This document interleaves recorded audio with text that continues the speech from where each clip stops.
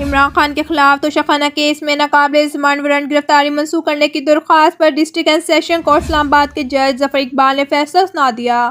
عمران خان کے ناقابل ضمانت وارنٹ گرفتاری معطل کرنے کی درخواست خارج کر دی گئی ہے اور عدالت نے عمران خان کے ناقابل ضمانت وارنٹ گرفتاری برقرار رکھے ہیں۔ عدالت نے عمران خان کو گرفتار کر کے 18 مارچ کو عدالت میں پیش کرنے کا حکم برقرار رکھا ہے۔ آپ کو بتاتے چلیں عمران خان کا اب سیشن عدالت کے سامنے سرنڈر کرنا لازمی ہے۔ ایڈیشنل سیشن جج ظفر اقبال نے 10 صفحات کی تحریر فیصلہ بھی جاری کر دیا۔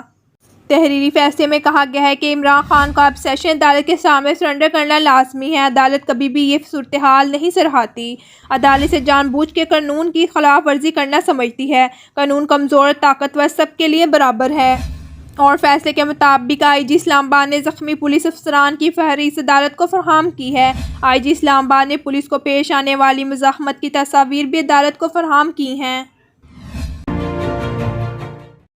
لاہور چیئرمین پاکستان تحریک انصاف عمران خان کا کہنا ہے میری گرفتاری عدالت میں پیش ہونے کے لیے نہیں ہے، مجھے مارنے کے لیے ہے۔ پاکستان تحریک انصاف کے چیئرمین عمران خان کا صحافیوں سے گفتگو کرتے ہوئے کہنا تھا انتخابات کسی صورت بھی 90 دن سے آگے نہیں جانے دیں گے۔ انتخابات 90 روز سے آگے گئے تو آئینی تحریک چلائیں گے، کسی بھی صورت آئین کی خلاف ورزی کر کے انتخابات آگے نہیں جانے دیں گے۔ ان کا کہنا تھا میری گرفتاری عدالت میں پیش ہونے کے لیے نہیں ہے، مجھے مارنے کے لیے ہے۔ عدالت میں پیش ہونے سے کبھی انکار نہیں کیا، یہ مجھے اس جگہ بلا رہے ہیں جس پر مجھے سیکیورٹی خدشات ہیں۔ انہوں نے مزید کہا ہے قانون کی حکمرانی اور عمل درآمد پر یقین رکھتا ہوں، 18 مارچ کو عدالت میں پیش ہوں گا۔ جب کہہ دیا تھا کہ عدالت پیش ہوں گا تو سارا ڈرامہ کیوں رچایا جا رہا ہے؟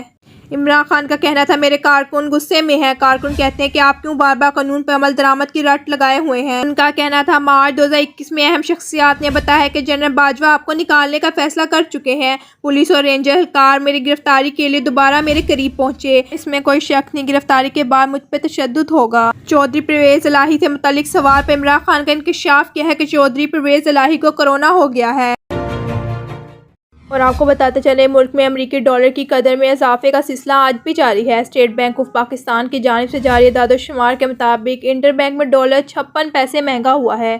انٹر بینک تبادلہ مارکیٹ کے کاروباری دن میں ڈالر 56 پیسے مہنگا ہوا ہے۔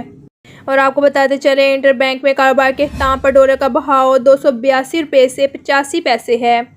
انٹر بینک میں گزشتہ روز کاروبار کے اختتام پر ڈالر کا بہاؤ 282 روپے 29 پیسے تھا۔ ادھر اوپن مارکیٹ میں ڈالر کا بہاؤ 1 روپے 50 پیسے بڑھ کر 285 روپے 50 پیسے ہو گیا۔